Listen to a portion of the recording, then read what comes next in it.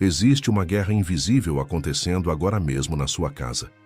Não, eu não estou falando de brigas entre marido e mulher ou de conflitos com os filhos. Estou falando de algo que você não vê, mas que está destruindo a paz do seu lar palavra por palavra. É como um vazamento silencioso que corrói as fundações de um prédio. Ninguém percebe até que tudo desmorona. E o mais assustador, você mesmo pode ser o responsável por esse vazamento. Talvez você esteja pensando que eu exagero, mas deixa eu te fazer uma pergunta. Você já entrou numa casa e sentiu que algo estava errado, mesmo que tudo parecesse normal? Aquele peso no ar que você não consegue explicar, aquela tensão invisível que faz você querer ir embora. Muitas vezes, isso não tem nada a ver com o que você vê. Tem a ver com o que foi falado ali. As palavras que foram plantadas naquele solo espiritual estão germinando frutos de discórdia, angústia e escuridão. Jesus foi direto quando disse: a boca fala daquilo que o coração está cheio. E o inimigo conhece essa verdade melhor do que qualquer teólogo. Ele sabe que não precisa invadir sua casa com manifestações espetaculares. Basta sussurrar no seu ouvido para que você mesmo, com sua própria voz, abra as portas e convide as trevas para entrar. Hoje eu vou revelar 5 palavras que funcionam como chaves mestras para o mal. Palavras comuns que você provavelmente usa sem pensar, mas que espiritualmente são como bombas de efeito retardado. Elas explodem devagar, destruindo relacionamentos, sufocando sonhos, bloqueando bênçãos. E o pior, a maioria dos cristãos não faz ideia do estrago que está causando. Se você está disposto a proteger sua família de verdade, escreva agora nos comentários: Senhor, guarda minha boca. Não é superstição. É um compromisso espiritual que o céu leva a sério. E quando você declara isso publicamente, você está dizendo ao inimigo: chega, a partir de hoje, minha língua serve a Deus. Antes de continuar, preciso te avisar. A última palavra que vou revelar é a mais traiçoeira de todas. Ela não parece ofensiva, não soa agressiva, mas tem o poder de trancar as portas do impossível e fazer você desistir antes mesmo de tentar. Se você já se sentiu preso numa vida sem saída, essa palavra pode ser a razão. Deixe seu like agora, porque essa mensagem precisa alcançar mais pessoas. Tem gente sofrendo há anos sem saber que a solução está na própria boca. E se inscreva no canal, ative o sininho, porque aqui você vai encontrar verdades que ninguém mais tem coragem de dizer. Verdades que incomodam, mas que libertam. Sabe o que Padre Pio costumava dizer? Que o demônio tem medo de uma casa onde as palavras são vigiadas e o rosário é rezado. Porque quando você aprende a dominar sua língua, você se torna espiritualmente perigoso, você deixa de ser vítima e se torna guerreiro. E é exatamente isso que o inferno não quer que aconteça. Então respire fundo, prepare seu coração, porque o que vem agora vai expor raízes que você nem sabia que existiam, vai revelar brechas que você deixou abertas sem perceber, e vai te dar as ferramentas para fechar essas portas de uma vez por todas. A transformação da sua casa começa hoje, e começa aqui. Você precisa entender algo que a maioria dos cristãos ignora. Suas palavras não evaporam no ar depois que você as pronuncia. Elas continuam existindo. Elas criam ondas invisíveis que reverberam no mundo espiritual. É como jogar uma pedra num lago. Você vê apenas o momento do impacto, mas as ondas continuam se expandindo muito depois que a pedra já afundou. Jesus não estava fazendo poesia quando disse: a boca fala daquilo que o coração está cheio. Ele estava revelando uma lei espiritual. Suas palavras são termômetros do seu interior, mas não são só termômetros. São também construtoras de realidade. Elas moldam atmosferas, atraem ou repelem presenças espirituais, abrem ou fecham portais invisíveis. A Bíblia é clara em Provérbios: a morte e a vida estão no poder da língua. Isso não é exagero literário, é física espiritual. Cada palavra que sai da sua boca libera uma força. Essa força pode ser criativa ou destrutiva, pode ser bênção ou maldição, pode ser luz ou treva, e você escolhe, consciente ou inconscientemente, qual força vai liberar. Padre Pio tinha uma sensibilidade tão aguçada que ele conseguia sentir quando alguém estava vivendo sob o peso de palavras erradas. Ele dizia que certas expressões funcionam como fissuras na armadura espiritual de uma pessoa ou de uma família. Imagine que sua casa tem uma proteção invisível, como um escudo de luz. Cada palavra negativa que você pronuncia cria uma rachadura nesse escudo. E, pelos buracos, entram coisas que você nunca convidou conscientemente. Desânimo, confusão, conflito, doença. Você já entrou numa casa e sentiu aquele peso inexplicável, aquela tensão que você não vê, mas sente na pele. Não tem nada de errado visivelmente. A casa está limpa e arrumada, mas tem algo no ar. Aquilo não é imaginação, é atmosfera espiritual. E essa atmosfera é criada, em grande parte, pelo tipo de conversa que acontece ali. Uma casa onde se fala de Deus, onde se declara gratidão, onde se expressa amor, tem uma leveza.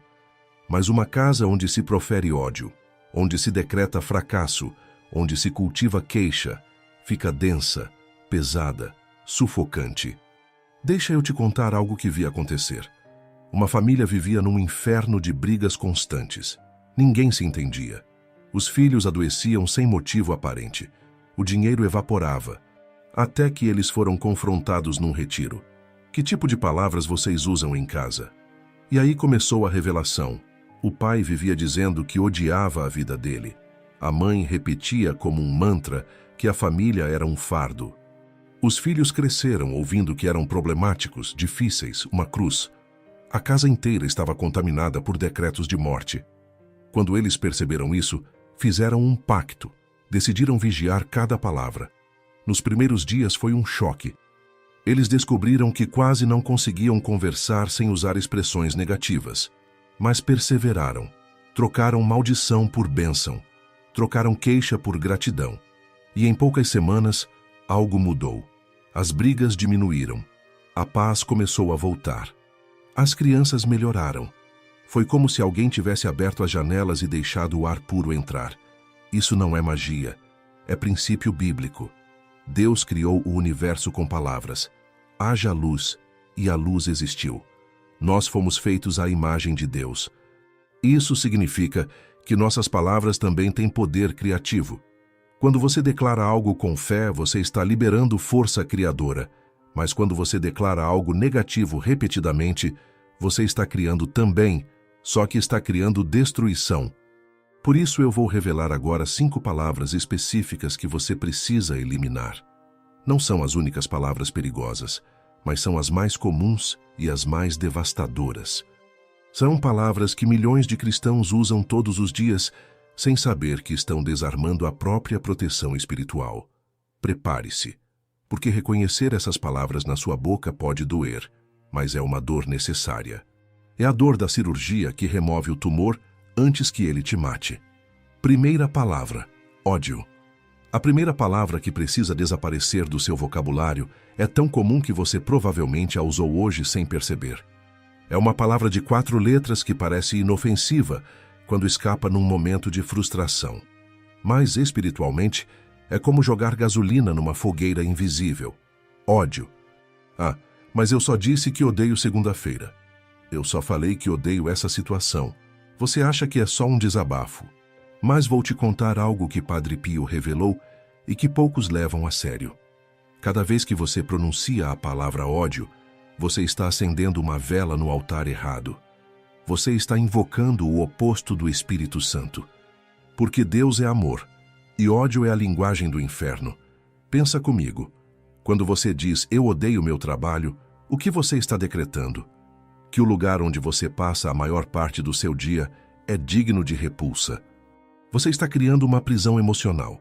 Está infectando seu próprio sustento com veneno espiritual. E depois você se pergunta por que chega em casa exausto, irritado, sem paciência com ninguém. É porque você alimentou o ódio durante 8 horas seguidas. Ou pior, quando você fala na frente dos seus filhos, eu odeio aquela pessoa, você não está só expressando antipatia. Você está plantando sementes de amargura no coração deles. Está ensinando que é normal cultivar ódio. E essas crianças vão crescer achando que carregar ressentimento é parte da vida cristã. quando na verdade é o oposto. A Bíblia não deixa margem para dúvida. 1 João diz que quem odeia seu irmão está nas trevas. Não diz que está tendo um dia ruim. Diz que está nas trevas. É geografia espiritual. Quando você odeia, você sai do território da luz e entra no território da morte. E cada vez que você pronuncia essa palavra, você está caminhando um passo a mais na direção errada. Quer saber o antídoto? Não é fingir que você não sente raiva. É escolher o perdão antes que a raiva se transforme em ódio. Toda vez que vier aquela vontade de dizer "eu odeio", respire fundo e declare: "Eu escolho perdoar", mesmo que doa, mesmo que pareça injusto, porque o perdão não libera quem te machucou. Ele libera você. Ele arranca as raízes venenosas, antes que elas destruam sua alma. Segunda palavra: maldição. Agora presta atenção, porque essa segunda palavra é usada com uma frequência que assusta. E o pior, geralmente vem da boca de quem deveria estar pronunciando bênção. A palavra é maldição. E eu preciso ser direto com você. Se você já chamou seu filho de maldição, se já disse que seu casamento é uma maldição, você precisa se arrepender agora, porque você jogou uma bomba espiritual na vida de quem você ama. Provérbios não está brincando quando diz que a morte e a vida estão no poder da língua. Isso não é poesia, é lei espiritual. Quando um pai olha para o filho e diz: "Você é uma maldição na minha vida", aquela criança não ouve só uma frase de raiva. Ela ouve um decreto, e esse decreto vai persegui-la. Vai criar marcas invisíveis que ela vai carregar para a escola, para os relacionamentos, para o futuro. Ela vai crescer acreditando que é um erro, um peso, um fardo. Eu conheci um homem de 40 anos que vivia sabotando a própria felicidade. Destruía empregos bons. Afastava pessoas que o amavam. Vivia num ciclo de autodestruição que ele não conseguia explicar. Até que num processo de cura interior, ele se lembrou. Aos 7 anos, ouviu a mãe gritar, bêbada, que ele era uma maldição. Uma frase, uma única frase, mas que funcionou como uma sentença de morte espiritual. Levou 33 anos para ele descobrir que estava vivendo sob o peso daquelas palavras. E não é só sobre filhos. Tem gente que decreta maldição sobre o próprio casamento, sobre o trabalho, sobre a cidade onde mora. Esse lugar é amaldiçoado. Esse casamento está debaixo de maldição. Cada vez que você fala isso, você está concordando com o inimigo. Você está assinando um contrato espiritual que autoriza as trevas a agirem. Mas escuta bem, Deus nunca planejou maldição para você. Ele planejou bênção, abundância, vida plena. O problema é que quando você insiste em decretar o contrário, você amarra as mãos de Deus, porque Ele respeita o livre-arbítrio. Ele não vai forçar bênção onde você está declarando maldição. Então hoje, agora, você precisa quebrar esse ciclo. Se você já pronunciou maldição sobre alguém, peça perdão. Se você ouviu isso na sua infância, renuncie. Declare em voz alta: "Eu não sou maldição, eu sou bênção. Minha família é bênção. Minha casa é bênção." E quando você começar a decretar isso com fé, vai ver como as coisas começam a mudar. Porque palavras de bênção abrem portas que a maldição trancou. Terceira palavra: azar. Agora vamos para uma palavra que parece inofensiva, que todo mundo usa, que até cristãos comprometidos soltam sem pensar, mas que espiritualmente é uma negação frontal da providência divina. Azar. Que azar o meu! Eu nasci azarado. Hoje foi um dia de azar. Soa familiar? E você sabe o que você está fazendo quando fala isso? Está declarando que sua vida é governada pelo acaso, que você é vítima de forças cegas e aleatórias, que Deus não está no controle, que a sorte manda mais do que a graça. Isso é o oposto da fé. Fé verdadeira declara que nada na sua vida é acidental, que até as tempestades têm propósito, que Deus está no controle até quando parece que tudo desmoronou. Jeremias não estava exagerando quando Deus disse através dele: "Eu é que sei os pensamentos que tenho a vosso respeito, pensamentos de paz e não de desgraça, para vos dar um futuro cheio de esperança." Quando você acredita em azar, você vive como órfão espiritual. como alguém que está jogado no mundo sem proteção, sem direção, sem pai. Você vê cada problema como confirmação de que é azarado, cada dificuldade como prova de que nasceu sob uma estrela ruim. E sabe o que acontece? Você para de lutar, para de buscar soluções. Simplesmente aceita o sofrimento como destino. Eu conheci um homem que vivia preso nessa mentalidade. Tudo o que dava errado na vida dele era azar. Perdeu o emprego? Azar. Casamento acabou? Azar. Saúde piorou? Azar. Ele tinha uma desculpa pronta para tudo. E sabe qual era o problema real? Enquanto ele culpava o azar, ele nunca assumia responsabilidade, nunca buscava mudança. Vivia num ciclo de autocomiseração disfarçada de humildade, até que alguém teve coragem de sacudi-lo. Pare de falar de azar e comece a falar de graça. No começo ele achou ridículo, mas experimentou. Toda vez que algo ruim acontecia, em vez de dizer que azar, ele respirava fundo e declarava: Deus tem um propósito nisso. E sabe o que aconteceu? Ele começou a enxergar portas onde antes só via paredes. Começou a encontrar soluções onde antes só via problemas. A vida dele não ficou perfeita, mas a perspectiva mudou completamente. Porque não existe azar no vocabulário de quem tem fé. Existe graça. Existe providência. Existe um Deus que transforma até o caos em oportunidade. Então arranque essa palavra da sua boca. Toda vez que você quiser dizer azar, pare e declare: a graça de Deus é suficiente. E você vai ver como sua forma de encarar a vida muda radicalmente. Agora para tudo, e me responde com honestidade. Quantas dessas 3 palavras você usa regularmente? Ódio, maldição, azar. Não precisa sentir culpa, mas precisa assumir responsabilidade. Porque o primeiro passo para a mudança é reconhecer onde você está errando. Eu quero que você faça algo agora. Escreva nos comentários qual dessas 3 palavras você mais precisa eliminar da sua vida. Não precisa contar a história toda, só escreva a palavra. Esse ato simples de reconhecimento já é o começo da transformação. E quando você expõe publicamente o que precisa mudar, você está fazendo um compromisso não só comigo, mas com Deus e com você mesmo. E se essa mensagem está mexendo com você, se está desconfortável porque reconheceu sua própria voz nessas palavras, isso é bom. Significa que o Espírito Santo está trabalhando. Deixe seu like agora. Compartilhe com 3 pessoas que você ama. Porque muita gente está sofrendo sem saber que a própria boca tem sido o instrumento da própria destruição. Nós somos uma família aqui. Uma comunidade de pessoas imperfeitas que estão buscando crescer na fé. E crescer na fé significa crescer também no domínio da língua. Tiago disse que quem consegue controlar a língua é capaz de controlar o corpo todo. É um dos desafios mais difíceis da vida cristã. Mas é possível. E você não está sozinho nessa jornada. Agora respira fundo, porque as próximas 2 palavras que eu vou revelar são ainda mais sérias. Uma delas tem a ver com o destino eterno. E a outra é a armadilha mais sutil do inimigo. Ela te faz desistir antes mesmo de você perceber que desistiu. Fique comigo. O que vem agora pode mudar sua vida para sempre. 4ª palavra: inferno. Chegamos agora numa palavra que virou piada, que virou xingamento de boteco, que as pessoas soltam sem pensar 2 vezes, mas que carrega o peso espiritual mais aterrorizante de todas: inferno. E eu não estou falando de usar a palavra para explicar a doutrina. Estou falando de quando você manda alguém ir para o inferno, ou diz que sua vida é um inferno.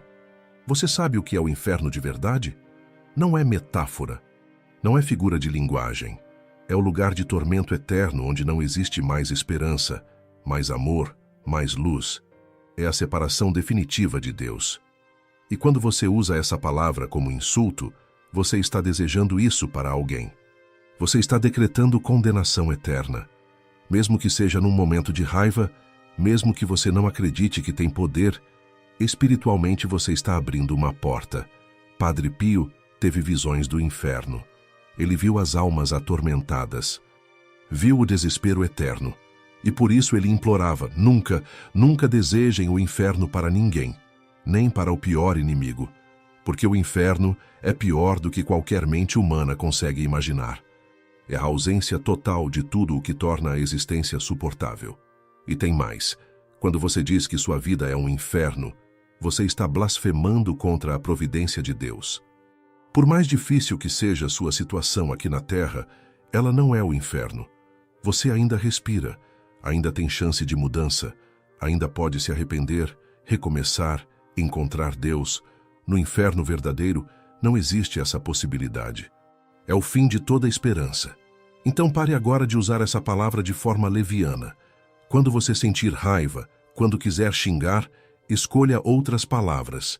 Ou melhor, escolha o silêncio. Porque o silêncio é 1000 vezes melhor do que decretar condenação. E em vez de falar de inferno, comece a declarar céu. Declare que sua casa é um pedacinho do céu na terra, que sua vida está caminhando rumo à eternidade com Deus. Mude a geografia espiritual das suas palavras. 5ª palavra: nunca. E agora chegamos à palavra mais perigosa de todas. A que parece menos agressiva, mas que espiritualmente é a mais devastadora. Uma palavra que fecha portas, mata sonhos e enterra esperanças antes mesmo que elas nasçam. Nunca. Eu nunca vou conseguir. Nunca vou ser feliz. Nunca vou mudar. Você acha que está só expressando frustração. Mas sabe o que você está fazendo de verdade? Está construindo um muro entre você e os milagres de Deus. Está decretando que sua situação atual é permanente, imutável, eterna. E isso é exatamente o que o inimigo quer ouvir. O diabo não precisa te atacar se você mesmo faz o trabalho dele. Ele só precisa sussurrar no seu ouvido: você nunca vai sair dessa. E quando você concorda, quando você repete isso em voz alta, você se torna cúmplice da própria destruição. Você fecha as comportas da graça. Você amarra as mãos de Deus. Mas eu tenho uma notícia para você. Deus é o Deus do sempre. Sempre há misericórdia. Sempre há uma nova chance. Sempre há possibilidade de recomeço. A Bíblia está cheia de nuncas que Deus transformou em sempre. Sara nunca teria filhos, mas teve Isaque. O Mar Vermelho nunca se abriria, mas se abriu. Lázaro nunca voltaria, mas voltou. O problema é que quando você vive repetindo nunca, você cria uma blindagem de incredulidade ao seu redor. Você para de enxergar possibilidades, para de lutar. Desiste antes de começar. E aí você realmente fica preso, não porque Deus não pode te ajudar, mas porque você mesmo trancou a porta. Conheci uma mulher que passou 15 anos dizendo: eu nunca vou superar isso. E sabe o que aconteceu? Ela não superou. Não porque fosse impossível, mas porque ela alimentou a derrota todos os dias com as próprias palavras. Até que alguém a confrontou. Quantas vezes por dia você decreta sua própria prisão? Foi como um tapa na cara. Ela percebeu que era a própria carcereira. Então ela fez algo radical. Toda vez que a palavra nunca vinha à mente, ela substituía por em Deus, sempre. Em Deus, sempre posso recomeçar. Em Deus, sempre há esperança. Em Deus, sempre sou amada. E em 6 meses, a vida dela virou de cabeça para baixo. A libertação que parecia impossível aconteceu. Agora eu te pergunto, que nuncas você tem decretado sobre sua vida? Que portas você trancou com suas próprias palavras? Hoje é o dia de você pegar a chave e abrir de novo. Arranque o nunca e plante o sempre de Deus, porque com Ele todas as coisas são possíveis. Sempre. Agora você conhece as 5 palavras: ódio, maldição, azar, inferno, nunca. Mas conhecer não basta. Você precisa agir, porque informação sem transformação é só entretenimento espiritual, e eu não estou aqui para te entreter. Estou aqui para te equipar. Então vamos ao prático. Como você faz para substituir veneno por antídoto? Como você reprograma uma boca que passou anos falando errado? Não é mágica instantânea, é disciplina diária, é vigilância constante. Mas é possível, e os resultados valem cada esforço. Primeiro, tome consciência. A maioria das pessoas fala no piloto automático. Palavras saem sem filtro. Então, o primeiro passo é desacelerar. Antes de falar, pergunte-se: o que estou prestes a dizer edifica ou destrói? Aproxima ou afasta? Abençoa ou amaldiçoa? 3 segundos de reflexão podem evitar anos de consequências. Segundo, substitua imediatamente. Toda vez que você escorregar e soltar uma palavra errada, não deixe ela pairando no ar. Corrija na hora. Se você disse "eu odeio isso", respire e declare em voz alta: "Na verdade, eu escolho perdoar". Se falou que azar, corrija: "A graça de Deus me sustenta". Parece estranho no começo, mas com o tempo vira hábito. Terceiro, envolva sua família. Faça um pacto com todos da casa. Explique o que você aprendeu e dê permissão para que eles te corrijam quando você errar. Transforme isso num projeto familiar. Vocês podem até criar um código, um gesto discreto que alerta quando alguém escorrega. Isso tira a vergonha e cria cumplicidade. Quarto, ore pela sua boca.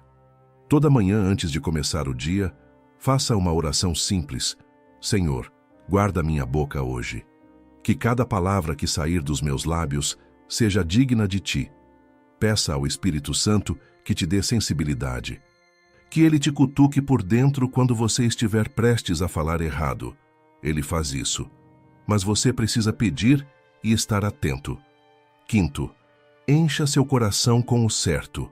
Lembra o que Jesus disse? A boca fala do que o coração está cheio. Então, se você quer mudar sua boca, precisa mudar seu coração.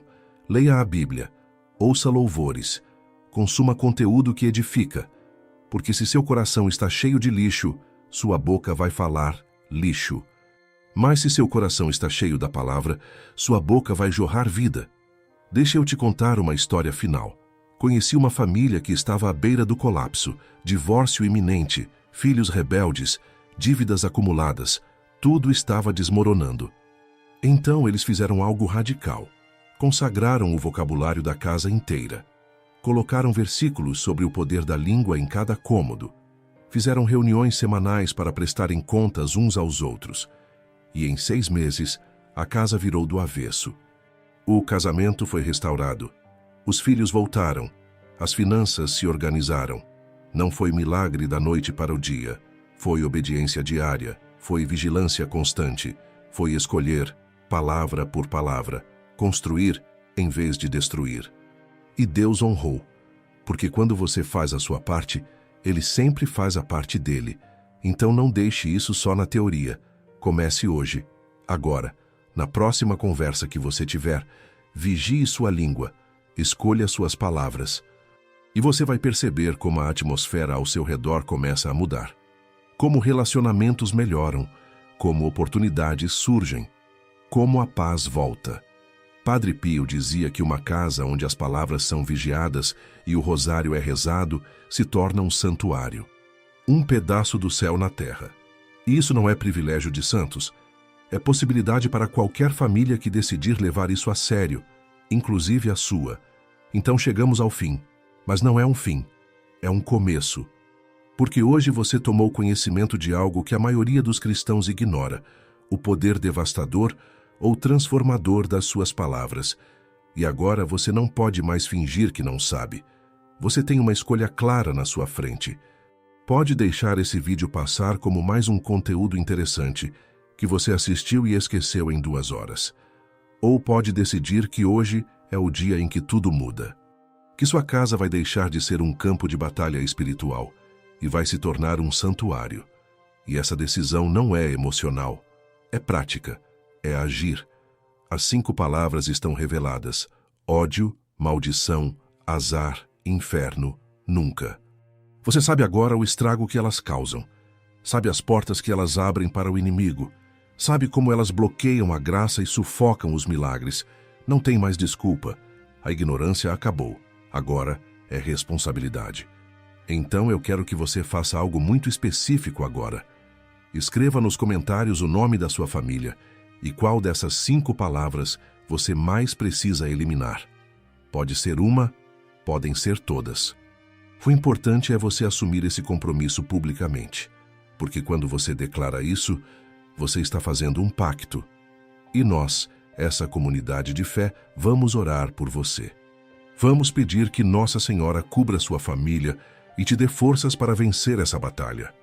E se essa mensagem realmente tocou você, se percebeu que sua própria boca tem sido a porta de entrada para o mal, compartilhe este vídeo. Mande para alguém que você ama, para alguém que está sofrendo sem entender por quê. Porque muitas vezes a pessoa está orando, jejuando, buscando libertação, mas continua presa. E o motivo?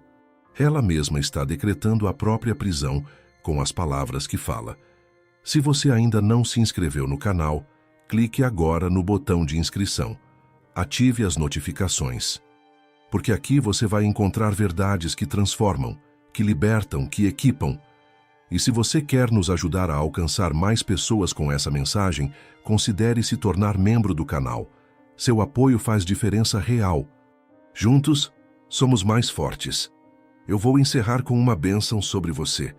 Que o Senhor Jesus purifique sua boca e seu coração, que Ele te dê sabedoria para escolher palavras de vida, não de morte. Que sua casa se transforme num lugar onde os anjos gostam de habitar. Que Nossa Senhora te envolva com o manto dela e te proteja de todo o mal. E que você experimente, começando hoje, o poder transformador de uma língua consagrada a Deus. Amém. Lembra do que Padre Pio dizia: reze, tenha fé e não se preocupe.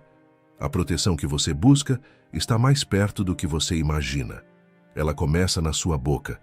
Que Deus te abençoe abundantemente. Até o próximo vídeo.